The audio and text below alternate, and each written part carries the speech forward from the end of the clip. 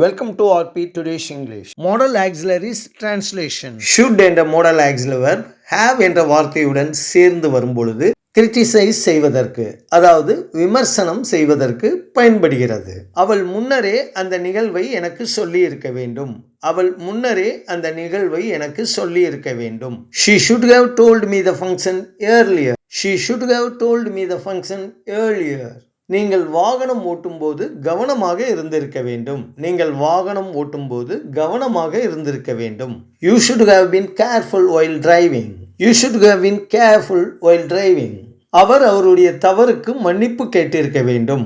அவர் அவருடைய தவறுக்கு மன்னிப்பு கேட்டிருக்க வேண்டும். He should have apologized for his mistake. He should have apologized for his mistake. அவர்கள் நன்றாக விளையாடி இருக்க வேண்டும். அவர்கள் நன்றாக விளையாடி இருக்க வேண்டும். They should have played well. They should have played well. Thanks for watching. Bye.